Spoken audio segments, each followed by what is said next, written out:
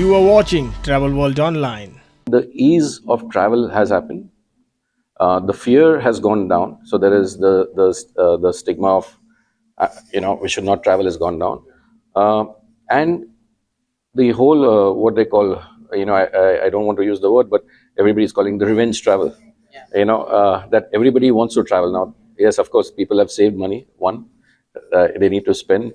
Second is travel has always been a necessity. If you remember years ago, we had done in India a research where the second highest social desire after buying a house was to travel abroad, and it became more of a necessity with the tough lives that we have. People want to spend family time, they want to spend time with their children, and they need the break because you are like working 24/7 sometimes, and then you need that break.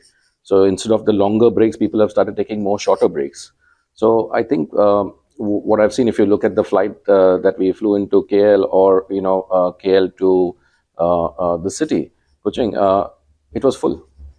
People are traveling now, and if you look at airlines are facing what you call crunch in terms of the people that they had let go to get them back, and to train new people. So if you look at the airline industry is booming. I think the travel industry, especially if you look at car rentals and hotels. If you go to Turkey, it's doing extremely well. Look at Dubai. It's almost sold out for the month of October, November, December. So I think that shows it. So the proof of the pudding is the eating. You see, suddenly everyone is traveling, and of course, you're paying a higher airfare. So that's one thing that we need to keep in mind. But people are ready to go that extra mile and travel.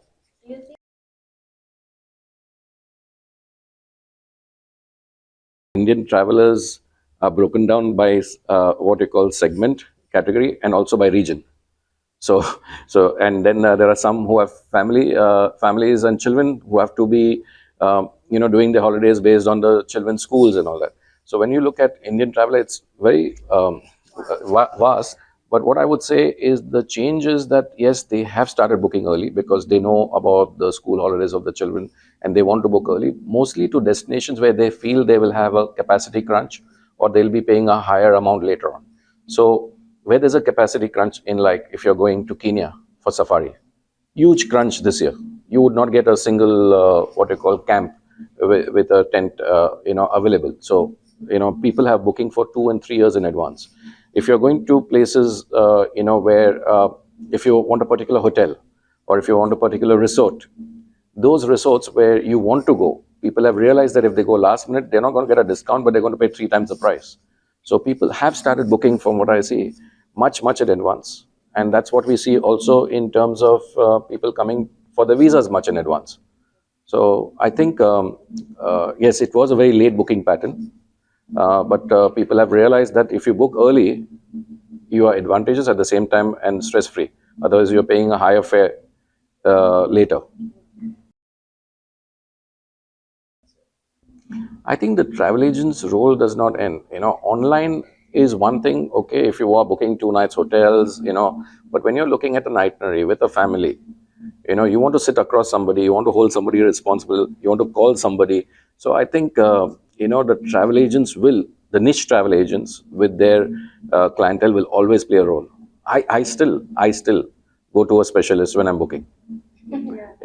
After being the CEO of Kony globally, if I'm going to a destination with my children, I don't want, my family to say, you messed it up, you booked this, you booked that. So I'll say, okay, here's the travel agent, speak to him, decide the itinerary, I'll pay. So, you still want that comfort that you can call somebody who's a specialist, somebody who has been there, who will tell you whether the hotel is good for children, not good for children, how far are you from the airport, what type of, because the current traveler is not only looking at the hotel, but he's looking at what is the location. Location is very important. How far is from the airport? Then he's worried about other nice restaurants around. Is there sightseeing around? Is it safe? Security. So 2 years that when the numbers were down, we did over, I would say, 200 to 300 programs for our staff in terms of skill development. And we wanted to keep people occupied, not only, sitting at home, but working a little bit, but at the same time occupied doing something. So we are a learning and development team. We have a very large team, and we are very focused on that. Did over 200 programs, and not only in customer service or skill improving, but also things like that you would like to do. It could be a program on soft skills, like you want to learn cooking. We even did programs on cooking. We did programs on meditation. We did programs. So everything. So people were occupied, and over 3,000 or 4,000 people used to come in on these online channels. So we spent a lot of money on technology, doing VAYD. That means you don't have to come to the visa center to do your visa. We'll come home. So at your home or your office and do that. And we are today, as we started, we were at the same capacity in terms of human resources and infrastructure, because we could not reduce the infrastructure. We have 3,000 visa application centers in 144 countries. So we could not reduce that, because you can't reduce the infrastructure. So we are still at the capacity of the 32 million applicants that we used to do in 19. So we do 32 million applicants in 19. We are still at the same capacity. We can run 32 million applicants a year, even now. No, what I'm saying is we even with the start, from after COVID, we can still do the same amount what we did pre-COVID. So we are infrastructure and resources wise staff to do the highest level of applicant count that we require. So has the application count gone up, or when No, do it you can't. anticipate it to I think we are still around 60% of 19 numbers, by next year? especially on women diversity, and we have signed a pledge in most of the countries for higher women, and we have. I would say today we are over 58% women in VFS. So I'm glad to see so many women in the room. So diversity is a big area that we are looking at, in terms of carbon-free, carbon emissions, and more importantly, when we talk about green, or when we talk about diversity, or when we talk about emissions, we don't just say it, we have KPIs.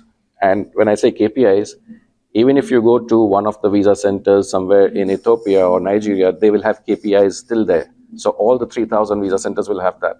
At the end of the year, your bonus, 7.5% of your bonus, is dependent whether ESG KPIs have been met in your branch or no, or you will lose your bonus. So it goes till that level.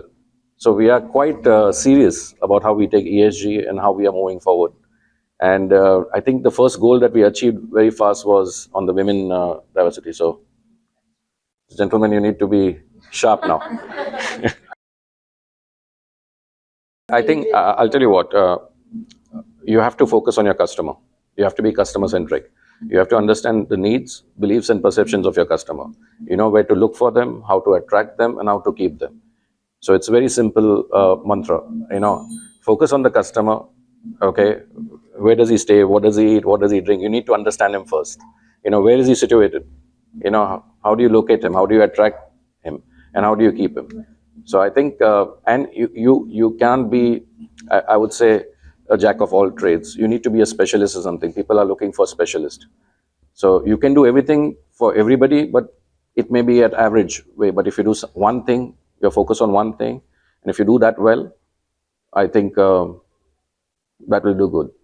So when I took over as the CEO of Boni Group, we had VFS, we had GTS, GTA, a lot of companies.